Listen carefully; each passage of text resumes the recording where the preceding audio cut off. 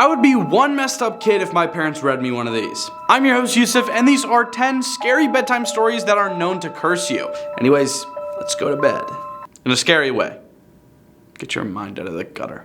Number 10, the Russian sleep experiment. In the 1940s, a group of researchers in Soviet Russia conducted an experiment that would become known as the Russia sleep experiment. They wanted to test the effects of sleep deprivation on human beings and created a gas that could keep people awake for days on end. The experiment began with 5 test subjects who were locked in a sealed chamber and exposed to the gas. At first, they were able to stay awake for days, but as time passed, they became more and more agitated and paranoid.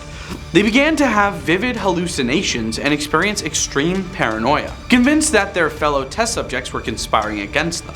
Eventually, they became so delirious that they turned on each other, attacking and ending one another. But even after they had ended each other, the researchers continued to pump the gas into the chamber. They wanted to see how long the human body could survive without sleep, and they were determined to push their test to the limit. Days turned into weeks, and the remaining test subjects became more and more deranged. They stopped speaking to each other and instead began whispering into the microphones that the researchers had placed in the chamber. The researchers listened in horror as the test subjects spoke of unspeakable horrors and whispered about the terrible things they were seeing. They begged to be released from the chamber, but the researchers refused. Finally, after 15 days of being exposed to the gas, the researchers decided to end the experiment. They opened the chamber and were met with a gruesome sight. The test subjects had mutilated themselves, tearing their flesh and organs apart in a frenzied attempt to escape. Number 9, Ouija Board. One Reddit user tells of a story. In high school, my friends and I were messing around with a Ouija board one night. We had done it before and nothing remarkable had ever happened.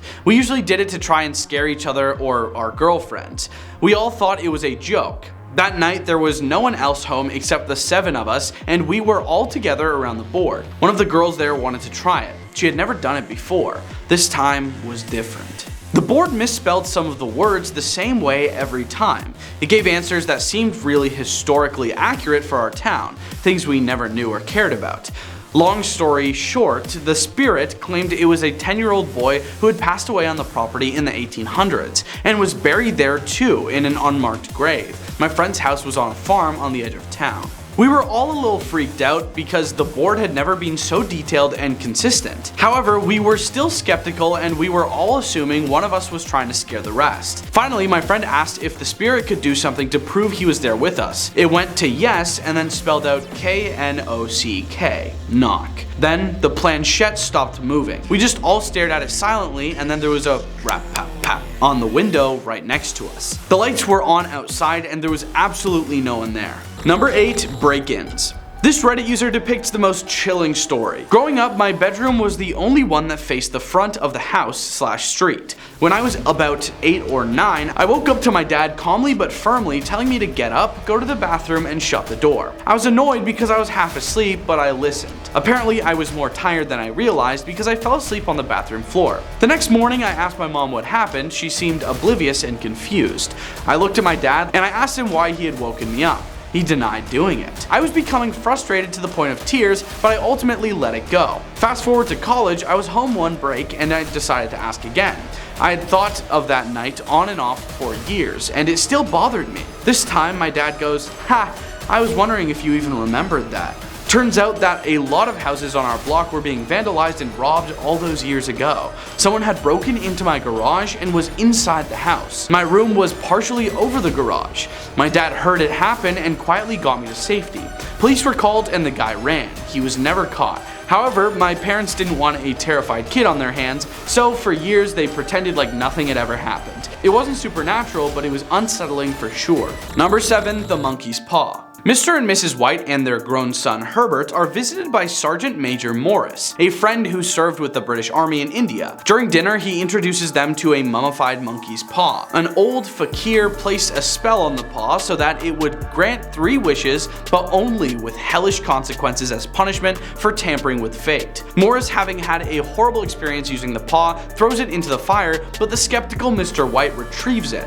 Before leaving, Morris warns Mr. White of what might happen should he he used the paw. Mr. White hesitates at first, believing that he already had everything he wants. At Herbert's suggestion, Mr. White flippantly wishes for £200, which will enable him to make the final mortgage payment for his house. When he makes his wish, Mr. White suddenly drops the paw in surprise, claiming that it moved and twisted like a snake. The following day, Herbert leaves for work. That night, an employee arrives at the Whites' home, telling them that Herbert had been ended in a terrible machine accident that mutilated his body. The company denies any responsibility for the incident, but declares its intention to make a goodwill payment to the bereaved family. Later that night, there is a knock at the door. As Mrs. White fumbles at the locks in a desperate attempt to open the door, Mr. White becomes terrified and fears that the thing outside is not the son he loved. He makes his third and final wish. The knocking stops, and Miss White opens the door to find that no one is there. Number 6. The Telltale Heart. The Telltale Heart is a short story by American writer Edgar Allan Poe, first published in 1843. It is related by an unnamed narrator who endeavors to convince the reader of the narrator's sanity while simultaneously describing an execution the narrator committed. The victim was an old man with a filmy pale blue vulture eye, as the narrator calls it. The narrator emphasizes the careful calculation of the execution, attempting the perfect crime, complete with dismembering the body in the bathtub and hiding it under the floorboards. Ultimately, the narrator's actions result in hearing a thumping sound, which the narrator interprets as the dead man's beating heart. Number 5. The Crying Woman. Early colonial times provided evidence that the lore is pre-Hispanic, originating in the Central Highlands. However, La Llorona, or the Crying Woman, is most commonly associated with the colonial era and the dynamic between Spanish conquistadors and indigenous women. The most common lore about La Llorona includes her initially being an indigenous woman who executed her own children, which she bore from a wealthy Spaniard after he abandoned her. The villainous qualities of La Llorona, including infanticide and the execution of one's own blood, is assumed to be connected to the narrative surrounding Dona Marina, also known as La Malinche or Maltinzin in her original nomenclature. Today, the lore of La Llorona, or the Crying Woman, is well known in Mexico and the southwestern United States. Even got a movie. Number 4. The Red Ribbon. Bill bought his wife many beautiful dresses and a beautiful diamond necklace for their marriage anniversary. Bill took Sally out to dinner, and he thought that this was a great chance to take off her ribbon that she was always wearing around her neck. Well, Sally immediately understood Bill's intentions and asked him not to do so, and then Bill left her ribbon alone. Bill looked at Sally and shook his head with distress. Later that night, Bill could no longer stay in the dark about his wife's little secret, so he decided to slowly untie the ribbon from her neck later that night while Sally was sleeping. Although Bill loved Sally, he decided to find out why Sally had not told him anything all these years about the ribbon that she wore around her neck and never took it off. On the night of their marriage anniversary, Bill slowly walked out of his bed and pinched the ends of the ribbon and slowly began to pull on the ribbon. Zip! The ribbon gave way and immediately Sally's head fell off. Her head rolled on the ground in the moonlight night and a large tear fell from her eye. She said to Bill, "I warned you." Number 3. The Girl in the Mirror. Once upon a time, there was a young girl who loved to look at herself in the mirror. She would spend hours gazing at her reflection, admiring her long dark hair and bright sparkling eyes. One night, as the girl was brushing her hair before bed, she noticed something strange in the mirror. There was a figure standing behind her, a ghostly girl with pale skin and dark sunken eyes. The girl was frightened, but convinced herself it was just an imagination. The next night, the girl saw the figure again, this time closer to her. She tried to run away, but the figure seemed to follow her wherever she went.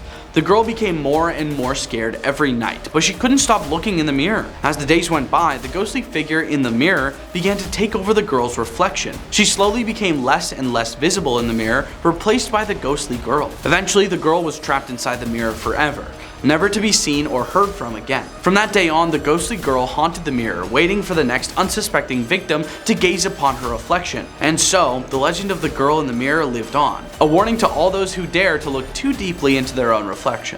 Number 2. Sleepy Hollow. In the quiet town of Sleepy Hollow, a legend loomed that struck fear into the hearts of all who heard it. It was said that every night a headless horseman rode through the town, searching for his lost head, and anyone who crossed his path would never be seen again. The townspeople tried to ignore the legend, but it was always at the back of their minds, lurking like a shadow. Especially for one man, Ichabod Crane, a nervous and superstitious schoolteacher who lived and worked in Sleepy Hollow. One fateful night, after attending a party, Ichabod found himself riding home alone through the dark, eerie woods.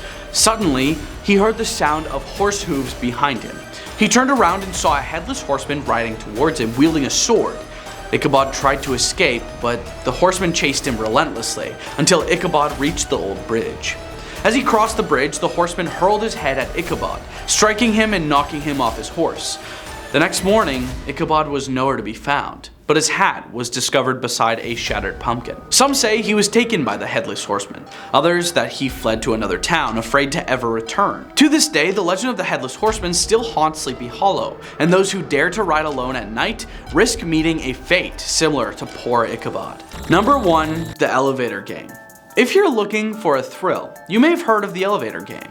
It's a game that takes you to another dimension, but you must follow the rules precisely or you may never return. To start the game, you need to enter an elevator alone and press the buttons in a specific order. The 4th floor, then the 2nd floor, then the 6th floor, then the 2nd floor again, and finally the 10th floor. When you reach the 10th floor, a woman will enter the elevator with you.